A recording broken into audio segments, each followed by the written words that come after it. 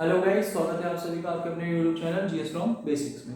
और आज हम लेके आए हैं अरब सागर में गिरने वाली नदियाँ। तो यहाँ पर हम बात करेंगे अरब सागर में गिरने वाली नदियाँ।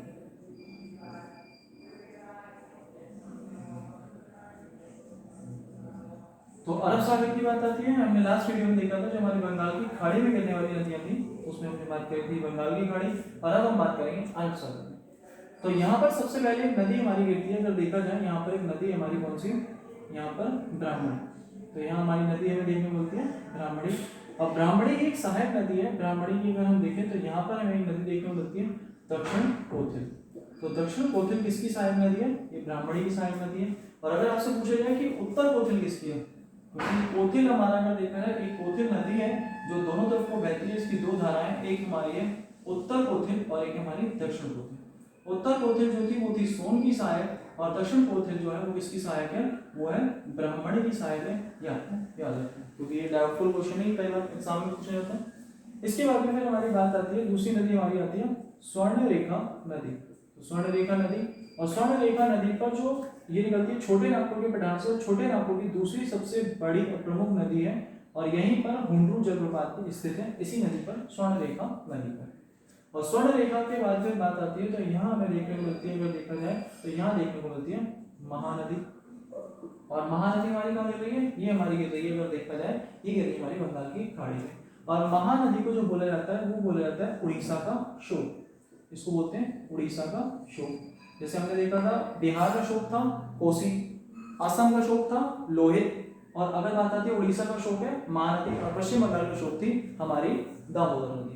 तो ये हमारे यहाँ पर महानदी उड़ीसा में देखने को मिलती है। फिर इसके आगे अगर बात आती है तो यहाँ पर हमें अगली नदी देखने को मिलती है गोदावरी। और जो गोदावरी नदी है, गोदावरी दक्षिण भारत की सबसे बड़ी नदी है। और गोदावरी नदी की अगर बात करी जाए तो जो गोदावरी नदी है, गोदावरी की अगर बात करेंगे तो इसे दक्षिण की गंगा भी कहा जाता है, दक्षिण की गंगा। अब अलग अलग बुक्स में आपको अगर देखें तो अलग अलग देखा जाए, दक्षिण की गंगा में दो डाउट आते हैं, या तो गोदावरी का डाउट आएगा या आएगा कावेरी का। तो जो एनसीईआरटीज हैं तो एनसीईआरटीज ने गोदावरी को माना है, ना कि आपका कावेरी को।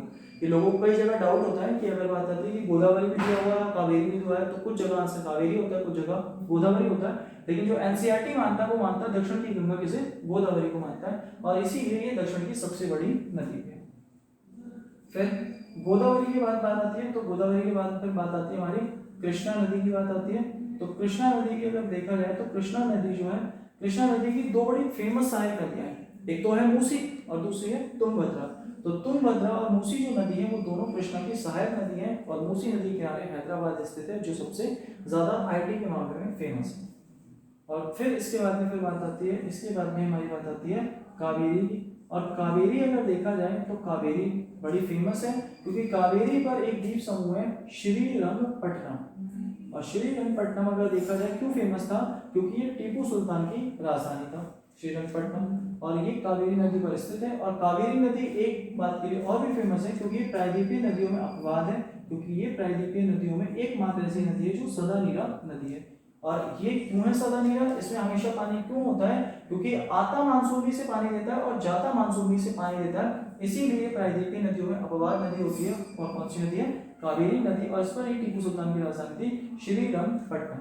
तो श्रीरंगपट्टनम भी एक नदी द्वीप है, जैसे हमने बात करी थी हमारा साधु बेट नर्मदा नदी पर एक था, तो वो भी हमारा नदी द्वीप था। इसके अलावा अगर हम बात करें मांझली जो है वो हमारा असम पे था, तो मांझली भी एक नदी द्वीप था। कावेरी की बात फिर बात आती है, कावेरी की बात फिर बात आती है हमारी पेन्नार की। और पेन्नार का एक क्वेश्चन आया हुआ है, पेन्नार को अगर देखा जाए किस अन्य नाम से जाना जाता है, तो पेन्नार को उत्तर पेनाकिनी के नाम से भी जाना जाता है। तो उत्तर पेनाकिनी के नाम से किसे जाना जाता है? पेन्नार नदी को जाना जाता है। फिर बात आती है हमारी अगली नदी हमें देखने को मिलती है बैगई। तो बैगई अगर देखा जाए, बैगई के किनारे जो हमारा मथुरा में एक मंदिर है, काफी ज्यादा मंदिर के लिए फेमस है आपकी बैगई नदी, शबरीमाला मंदिर जो है हमारा। और लास्ट में हमारा अगर देखा जाए तो यहाँ पर तो हमारा श्रीलंका, और श्रीलंका और इसके भारत के बीच में एक सेतु है जिसे हम बोलते हैं राम सेतु। इधर हमारी लगती है पाक की खाड़ी और नीचे हमारी मन्नार की खाड़ी। और यहाँ पर हमारी एक नदी है हमारी, अगर देखा जाए ताम्रपर्णी। तो ताम्रपर्णी जो गिरती है वो गिरती है मन्नार की खाड़ी में। और भारत की अंतिम नदी अगर किसी को कहा जाता है तो वो ताम्रपर्णी को ही कहा जाता है। तो भारत की अंतिम नदी किसे कहते हैं? ताम्रपर्णी को कहते हैं। एक बार दोबारा हम देखते हैं, ये सारी थी हमारी इंपॉर्टेंट नदियाँ। तो स्टार्टिंग ब्राह्मणी नदी हो गई, ब्राह्मणी की सहायक है दक्षिण गोथेल, और उत्तर गोथेल है हमारी सोन नदी की सहायक है।